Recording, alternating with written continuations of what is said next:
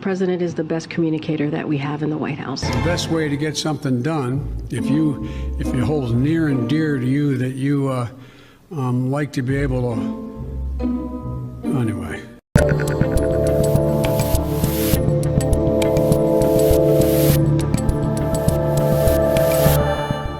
Anyway, I'm Dave Rubin. This is the Rubin Report. What day is it? Where am I? Whose chair am I sitting in? Who put my clothes on? How did I get my hair done?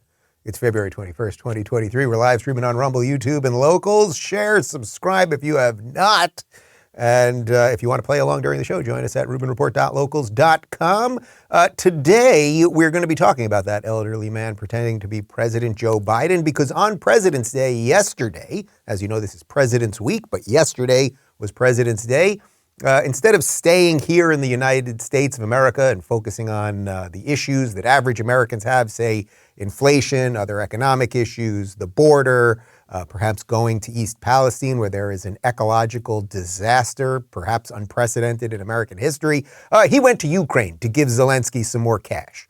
That's what he did. So we're going to be talking about that, and we're going to really be focusing on priorities. What are the priorities of this administration? What are the priorities of the people who work for this administration and the media that runs cover for them, versus perhaps what are your priorities as an American? Like, what do you actually think is important, and what do you want from the people that are supposed to govern us? I thought we could start today with a little bit of a throwback video.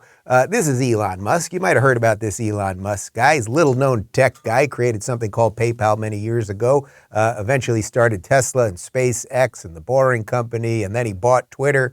He's become a bit of a free speech aficionado, I think you could say, online. And no, Elon's obviously doing a ton of great work. And I saw this throwback clip of him. I thought this would be a nice way to frame the show. This is Elon back in 2012, 11 years ago, talking to Jon Stewart on The Daily Show about what we should be doing to preserve humanity, which generally is thought of as a pretty important thing. When I was in college, there were three areas that I thought would most affect the future of humanity. And those were the internet, sustainable energy, and space exploration, particularly making life multiplanetary. Elon, I'm going to tell you something. I'm going to tell you something right now. We all thought that. But none of us could do anything about it. We just got high and played Dungeons and Dragons. Well, I did that too. So you had identified these three areas. How did you prioritize them? How did you create a hierarchy where what you would move to next? Well, although, I mean, I thought about these things kind of in the abstract in college. I didn't expect that I would actually be doing them. But it just turned out that way. Right. But the advent of the internet, and particularly the sale of PayPal, it gave me the capital to start a rocket company and a car company, because these are high capital endeavors. Right. But I actually almost ran out of money, so it was a close call. I mean, both SpaceX and Tesla almost died. Right. Yeah, so. I find a lot of startup rocket companies really. Right. All right, so I thought that was an interesting way to start the show, because when Elon 11 years ago is laying out the three things, he has actually really accomplished an awful lot of those things, or is in the process of accomplishing those things. And I would say that's in stark contrast to our government officials who say a whole bunch of stuff and never do anything. The three things that he lays out there, well, he talks about internet, number one. He's done a little something for freedom on the internet, first with PayPal, and then certainly what he's doing with Twitter right now. Then he talks about sustainable energy. Well, Tesla, electric cars, this is generally thought of as a good thing. So he's 2 for 2. And life on other planets. Well, this is exactly why he started SpaceX. He actually shot a Tesla into space just to orbit around the world, just the globe, just because he could. I mean, the guy's doing some real stuff there. And he's put himself in the midst of this fight, this crazy free speech fight. Now, it's interesting because if you hear what he's saying there, at that time, now remember, Jon Stewart, lefty, liberal, more young people got their news from Jon Stewart than anybody. That's what they always used to say about The Daily Show. Elon has accomplished a lot of those things and is still in the fight. Jon Stewart bizarrely went the other direction. You know, he retired, I guess, from The Daily Show a couple of years ago, and he was he was a lefty, but like a somewhat sane liberal. I think a little more in line of the way maybe I would have thought of myself a few years ago, or a little bit maybe more in the Bill Maher sense of it. But Stewart has subsequently gone completely crazy. He's gone all in on the woke stuff and the trans stuff and the gender stuff, all in on all of that. He also went largely irrelevant. Like, I think, did his show on HBO get canceled or not? I mean, the guy's he had a show on HBO, or Apple TV, Max, whatever the hell that thing is. Nobody's watching it. They paid him, I'm sure, $10 million a year to do it. It's not relevant at all. Okay, that's fine. Side note, I've mentioned this a couple times on the show over the years. I was an intern at The Daily Show in 1999, right after Craig Kilborn left and John had taken over. I actually had a few nice interactions with John early on, but he's gone completely woke. Okay. And what's the other thing that progressives are all going for right now? They're really into war. Have you noticed this? Because the right now and the conservatives are basically saying, hey, how about we stop giving this guy all the money? You know, he's got nukes. There could be a problem here. All the anti-war voices are really on the right now. There's a sliver of it on the left. There really is. But most of it's on the right. So you're seeing the wokesters are all going pro-war. Here's Jon Stewart in March of 2022, and he's into Zelenskyy and defending the place and whatever we got to do. I got to ask you before you go about another comedian, Zelenskyy. Yes. I mean, it's just an extraordinary transformation. Extraordinary. I mean, look, I'm a comedian. I know comedians. I don't know that we would be able to rise to the challenge of being in a movie about war. Right. And you see this gentleman's courage and tenacity and the way that he's leading his country. It's incredibly moving. And I just, my fear for Ukraine is that we're going to get sucked into this idea of a heroic narrative while these folks get surrounded in a long-term siege that's just going to cause so much more death and destruction. Oh, it is.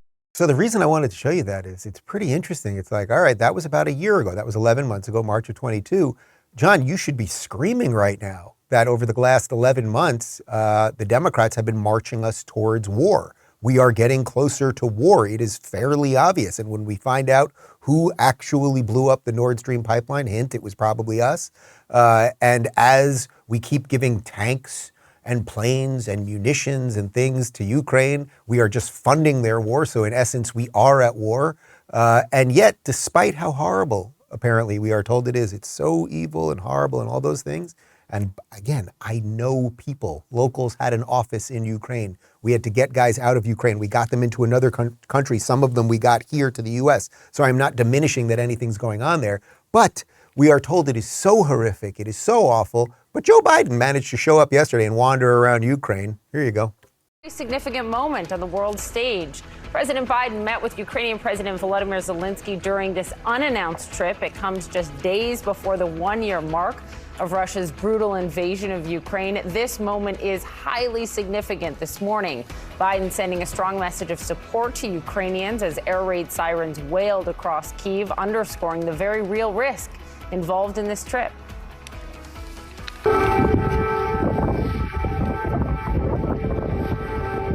Both leaders spoke a moment ago about the weight of this historic moment. Guys, it's so dangerous that the elderly man pretending to be president walks out there like a robot. I'm totally convinced they're actually replacing his body parts with electronic robotic parts slowly, and I think they did it to his legs there if you see the way he walks. But it's so dangerous that there are air raid sirens. That means bombs are being flown in, but they could just kind of wander out there because, that feels real. That doesn't feel staged. Am I nuts? Anyway, all right, Biden's there. I would imagine then that Biden might be saying, hey, we got to wrap this thing up. Let's look for a way out, right? Because that would be the same thing to do. I mean, we got our own problems in the U.S. So, hey, Zelenskyy, could we tie this thing together or? Remind us that freedom is priceless. It's worth fighting for as long as it takes. And that's how long we're going to be with you, Mr. President, for as long as it takes. We'll do it. Thank you.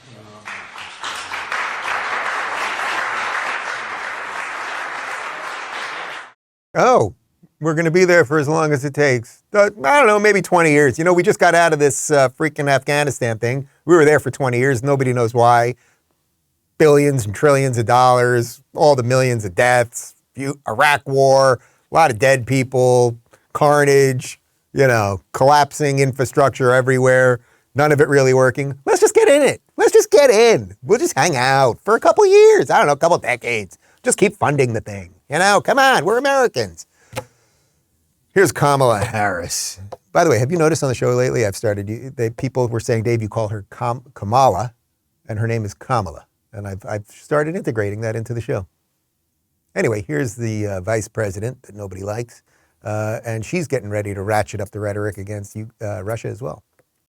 The United States has formally determined that Russia has committed crimes against humanity. I love how she tries to sound serious with that like cracking voice thing. At least she didn't cackle on that one. I mean, guys, just trust me. They are ratcheting up, getting us ready for World War III. This is what they want. Somehow this has something to do with the money laundering and the Hunter Biden thing. And just like, this is the new thing. War makes people rich. And we got out of Afghanistan and it was almost like overnight this war began. And we are just funding it to the tilt. And now he's doing war. He's doing crimes against humanity, guys. So he's doing crimes against humanity. Those are particularly bad crimes, and we better do something about it. Now, you would think that Zelenskyy might be, when Biden comes, or, crimes against humanity, these are bad things. You might think that Zelenskyy would be like, all right, can we get a way out of this thing? Is there any way out of this thing? Thank you, Joe, for giving me this unlimited check, and you'll hang out as long as we want. But maybe I should make some concessions, too. Maybe there's something I could give so that we could wrap this thing up, stop the carnage, stop the death. No. There is no alternative to Ukraine and in the EU. There is no alternative to Ukraine in NATO. There is no alternative to our unity. Hence, there is no and should not be any alternative to completely get rid of Russian aggression. Wouldn't it be the case that if your country was being destroyed and your people were being killed and all of those things, and I am not denying that that is happening at some level, that you might be willing to negotiate? But he is not only saying the status quo is not good enough, meaning if we could just go back to the day before aggression, would that be good enough? Now he's saying, no, it's beyond that. You also have to let us into NATO. And Russia will never allow Ukraine to be part of NATO. They don't want NATO at their borders. That's what this whole freaking thing is about. So he's saying to Putin, hey, the one thing that you really want is the one thing we will never give you.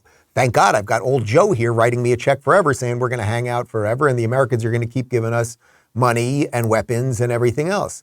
It's really just incredible. And it's incredible to the backdrop of, I don't know at this point, with the leadership that we have in this country and the complete dereliction of duty that they've done here with our borders and our economy and everything they put us through with COVID, what moral right do we have at this point to be telling anyone what to do? I don't know. I think we all have to think that. I think there is a place for the United States as the world's last superpower to have a moral right. I believe in American exceptionalism. I completely do. This country was founded so that everyone could come here and make a better life for themselves. And then we created the beacon of freedom that the world has never seen before and may never see again. We may regret it if we give it up.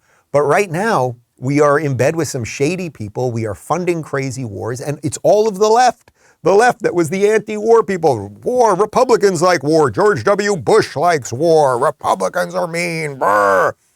And everything has completely flipped on itself. Here is Joe Scarborough from the televised mental institution known as MSNBC, and he's very upset that Republicans don't want to bankroll war forever.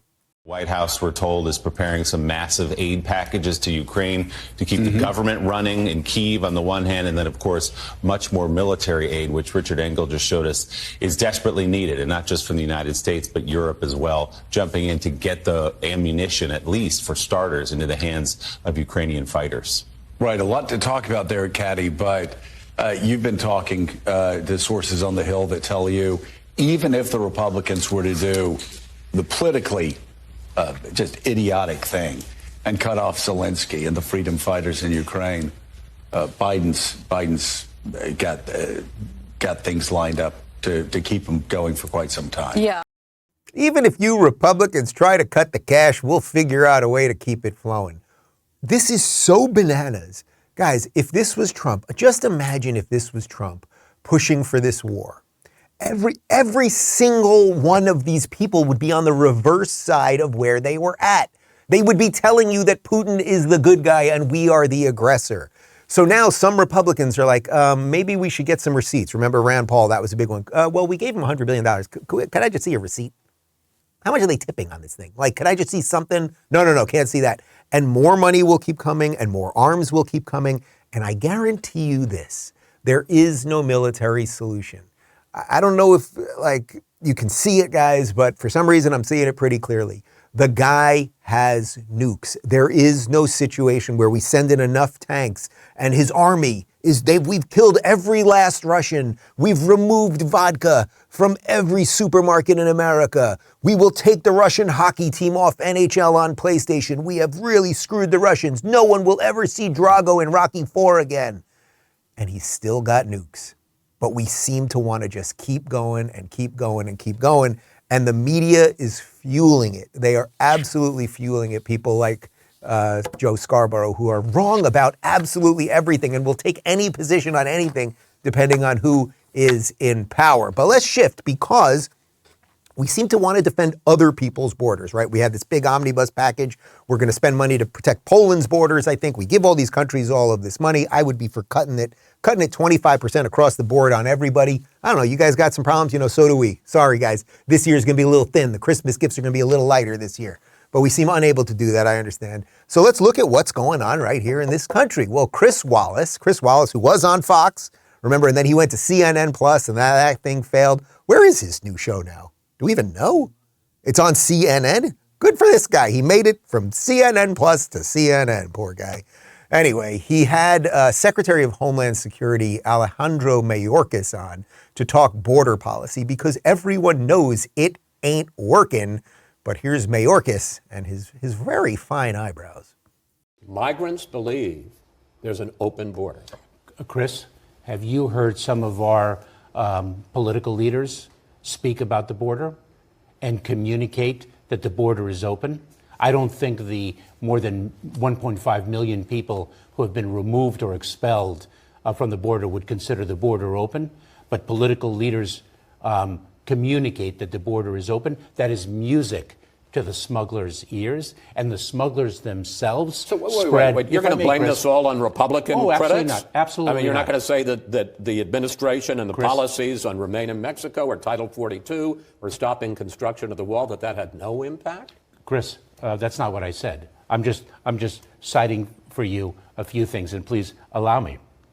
Number one, they use that rhetoric. Number two, we're dealing with smuggling organizations that are far more sophisticated than they were when I prosecuted them for 12 years as an assistant United States attorney and as the United States attorney. All right, I don't really care what he said about the border. Can we just talk about his eyebrows for a second? Because it's an interesting thing to have no hair on your head and all that hair on your eyebrows. I think we should call that the Mayorkas from now on. If you see somebody walking down the street and they're completely bald, but they've got these just incredible eyebrows, that's a Mayorkas. All right, as for the content, look, it's just silly. Like, of course he was trying to blame the Republicans for everything. And when the Republicans were securing the border and building a wall and doing all those things, they said it was racist. We know that we've had more border breakages, more border passings illegally in the last year than I think the last 5 years combined. Like, it is just absolutely endless. But as he said there, but now that, they've got all this new technology, it's so much more complex. Well, are these smugglers, are these border smugglers, are they brighter than us? Or are you guys all idiots? I think it's the latter. Anyway, it continued, Mayorkas and the border. Is it secure? But when you say what does secure mean to you? It certainly doesn't mean that people aren't able to get across the border illegally. Of course not. By that measure, the border's never been secure, right? Since the Department of Homeland Security was created, individuals have evaded. So by what measure is it secure now, sir? So there is not a common definition of that. If one looks at the statutory definition, the literal interpretation of the statutory language, if one person successfully evades law enforcement at the border, then we have breached the security of the border. Oh, Yep, I did a lot of them yesterday. You hack. You are nothing but a hack. Yes, we understand that technically, if 1 million people try to get through a border and we stop all but one, then the border is not secure because one did get through. But do you think that's really what we're talking about here, you ridiculous buffoon? Of course, that's not what we're talking about. What was the number? It's about 1.5 million this year. Was it about 1.5 million? Something like that. About 1.5 million people have illegally gotten through our border this year. We give them phones. We say, oh, we'll call you. We'll call you in a couple weeks. You want a little cash too? Here's your Obama phone. Have at it. Oh, you brought a little fentanyl with you? Well, just send it up to San Francisco. There's always a shortage up there. It's so ridiculous, but these are the linguistic games that these people do with absolutely everything. I can't define it's the same people that can't define what a woman is. I just put it together. You ask them what a woman is, they don't know what a woman is. You ask them what a secure border is, they don't know what a secure border is. They cannot say anything true whatsoever, and also they can never acknowledge that maybe they had a little something to do with it. What do you think is the basis for their calling for your impeachment? Do you think you've done anything wrong? No, I don't. I think it is a disagreement over policy, and I think it is used for political purposes to continue a negative dialogue about a migration challenge that is not unique to the United States, to continue that dialogue, to uplift it for political reasons. Stop being so negative, everybody. Just because they're flooding your town with fentanyl and that there are illegals raping your wives and your children, don't be so negative. You're just a negative Nelly. Let's have an uplifting conversation about fentanyl-laced rape. It's nuts. It's nuts. It's absolutely nuts. But it's time to do something sane, and you know what that means. It's Florida time. It's Florida time. So what's happening? Well, DeSantis isn't taking it. When illegals get here, however they get here, by boat or they come in, through the ground, through another state, we get rid of them. That's what we do, and we should do it. And if the federal government won't do their job, we'll do it at the state level. Here's DeSantis going after Biden on this ridiculous, yes, Mayorkas, open border policy.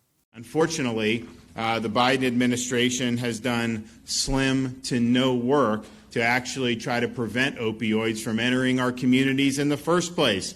We know that things like fentanyl are manufactured in China, and they are sent to North America into our country via the southern border between the United States and Mexico. Yeah, that's it. Let's just say you don't care about the border. For some reason, you just don't care about it, or you don't care that little border towns are being overrun. You live in, let's say, I don't know, Martha's Vineyard, and generally speaking, you don't get immigrants. You don't get illegal immigrants. You don't get these people, right? But when you do, you know that they're going to get removed within 12 hours. So you don't really care about that. You might care about fentanyl, but you probably don't either, because if you live in Martha's Vineyard, you probably don't. But, in a lot of America's blue cities, you might care about the fentanyl problem, right? Because it is deeply connected to the homeless problem. If you're someone who's ever watched a zombie movie, you might care about that, because these cities are turning into zombie apocalypse zones. So DeSantis is doing the right thing. We will not take that here. We're not just going to have a boat show up at the harbor in Fort Lauderdale, and a whole bunch of people are going to get off and figure out where they're going to live and who they're going to sell fentanyl to and whose houses they're going to break into. We don't have that, which is why we have something like a 20-year drop in crime, the lowest crime in about 20 years statewide here. I mean, it's nuts. So what else are we doing here in Florida? Well, we're also going to fight the substance abuse, which we do have, which already is significantly less than most other states. Use the $205.7 million that Florida is receiving from the opioid settlement agreement to further our efforts to prevent and treat substance abuse in the state of Florida. Now, we have a whole host of other things that we're doing. Now, what's interesting about this is, as a general rule, I don't love the idea of government spending a ton when it comes to drug-related things. I remember when I lived in California, there were always billboards everywhere, like the California Center for Drug whatever, it's free to go in. And it's like, man, if you think a government bureaucrat, middle management, anything is going to have a crack addict or fentanyl addict walk in, and if you think you're going to walk out any better because of this guy, probably not going to happen. However, Florida now has a track record of doing things right. So we're going to take this $200 million. We don't have a major fentanyl problem here. Also because we're not only are we doing policing right, so we're actually arresting these people. So the dealers of these crazy drugs who were literally, I literally saw it in San Francisco, people walking around and exchanging It's hard to see exactly what they're doing, like are you handing cash to somebody, but just they're literally injecting each other on the street, doing drugs. You could see people doing deals, shady things by the wall, snorting this or that, and whatever the hell they're doing. Which I always, they smoke fentanyl, or I gotta do it again. Which way? Do they smoke fentanyl and snort crack, or you snort crack and you I got these upstanding citizens in this room. Nobody knows. Do your own research on that, people. Call a cousin in San Francisco and find out. The point is, I do believe that the $200 million we're going to spend will actually do something. The proof will be in the pudding. DeSantis continued yesterday because I think this Ukraine thing that we started the show on is interesting because it's causing a real shift in things, right? Because there is this general idea, Democrats want peace and Republicans want war. And it's actually flipping right in front of our eyes. Well, they have effectively a blank check policy with no clear strategic objective identified. And these things can escalate, and I don't think it's in our interest to be getting into proxy war with China getting involved over things like the borderlands or over Crimea. So I think it would behoove them to identify what is the strategic objective that they're trying to achieve. But just saying it's an open-ended blank check, that is not acceptable. Yeah, you're right. It's just not acceptable. What situation would you do this? If you were lending money to somebody, you could just borrow money forever. I will literally lend you money forever. Any situation, if you were in a business arrangement with somebody, we're just going to fund you forever. It doesn't matter if you're profitable or if you actually sell anything or do anything positive with the money. So of course DeSantis is right. You need an objective. You need an attainable goal. But then we've also got Zelenskyy saying our attainable goal, and we are not going to stop short of this, is getting into NATO. Except we know that's never going to happen. And the other guy's got nukes. It is a screwy situation. Ladies and gentlemen, the show is a little abbreviated today. I know that we've been doing shows that are going about an hour now. My intention when we started these daily shows was to go about 40 minutes. We've been usually doing about an hour. We're only going about 27, 28 minutes today because I've got to get to the local studio for a big live in-person interview, which I think we're going to be posting next week, if I'm not mistaken. Next week, you'll understand why it was worthy of cutting this one a little bit short, but I appreciate your time. So there'll be no post-game show today because we got to bolt right out of here. If you want to play along during the show, join us as always at rubinreport.locals.com. We leave you with the elderly man pretending to be president. Thank you, and see you tomorrow. Lynched for simply being black, nothing more. With white crowds, white families gathered to celebrate the spectacle, taking pictures of the bodies and mailing them as postcards. Hard to believe, but that's what was done. And some people still want to do that.